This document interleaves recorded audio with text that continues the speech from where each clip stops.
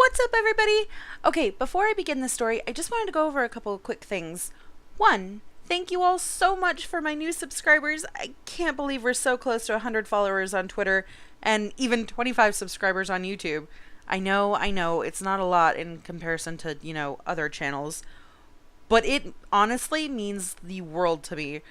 So, just as a reminder, I wanted you all to know that when we reach 100 Twitter followers and 25 YouTube followers, I'm going to be doing a gift card giveaway and maybe like a fun little live stream. You know what? I'll explain that when those milestones happen. Number 2, some aspects of this story will be changed for reasons I really don't want to go into right now, but the story itself is 100% true, if that makes any sense. Probably not, but anyway. That being said, with the controversy surrounded the circumstances of this and all, I feel it's time that I set the record straight, in case any of my old Job Corps staff members end up watching this. You don't have to answer that question. I'll answer the question.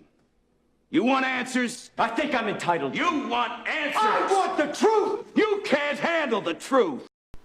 So I was shipped off to Job Corps in the fall of 2009 after complicated circumstances involving my skink stepmom, who should not be confused with my actual stepmom, who I love and admire greatly.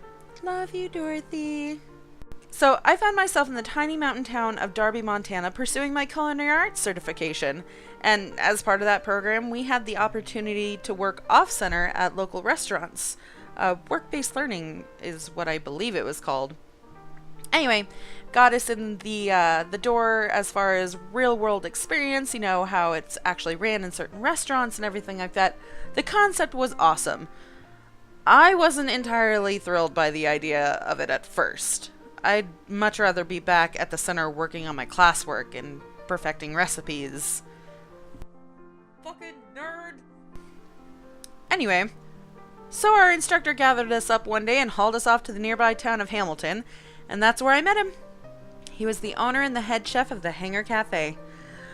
We conducted individual interviews, and I thought I was going to faint. Not only was I super nervous about possibly getting this opportunity, but it didn't help that he was super gorgeous and, oh my god, so funny.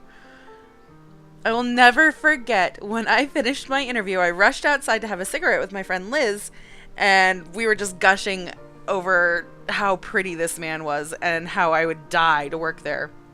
Little did I know, my instructor had walked out with him discussing final arrangements, and they had heard everything. Oh god, he laughed, and I turned about 7 shades of red. A week passed, I nervously waited to see if I had made the selection process. I was completely convinced I didn't, because what man alone, a businessman, wanted a couple girls acting like bitches and heat around him? I still don't know what possessed him to, but me and a couple other girls made his top choice, and so our journey began. I seriously can't thank this man enough. He taught me so much. I know that sounds really bad considering the title, but seriously, he was an amazing teacher. Oh my god, stop! Moving on. So let's get to the fun and controversial bit, shall we? First off, no, I never did anything with him. There you have it, ladies and gents running Job Corps and sticking their fucking nose into other people's business. So you're probably sitting there wondering, well, what the fuck gave him that idea? Well, I'll admit I didn't help the rumor mill, and neither did he. One particular day, it was super hot out, and we decided to have an impromptu water fight.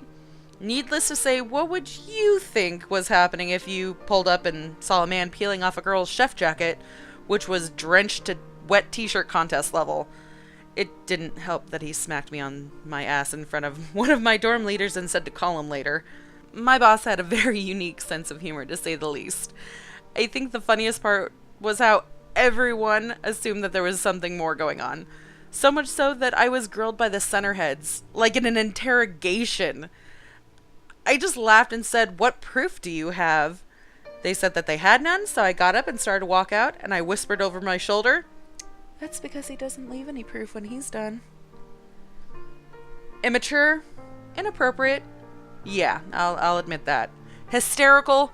Oh my god, yes. I wish I had taken a picture of their faces. It was priceless. So as my time at Job Corps drew to a close, I actually struggled with the idea of being anywhere else. I finally had to tell him I was thinking about going home, and he demanded that I stayed. He even offered me full-time work and, helping me find an apartment in town. I think the most heartbreaking thing is that I ended up deciding to leave. And I have very few regrets in my life, but that was one of the biggest. I still wonder how my life would have been different had I decided to stay. The one thing I do know is that it would have been amazing, full of random adventures, and I think I could have been super happy there. But in the end, things happen for a reason, and I can't go back and make a different choice, as badly as I wanted to. So, Kaylee's life lesson in all of this is always spank your quesadillas. It's the best way to get them tasting right.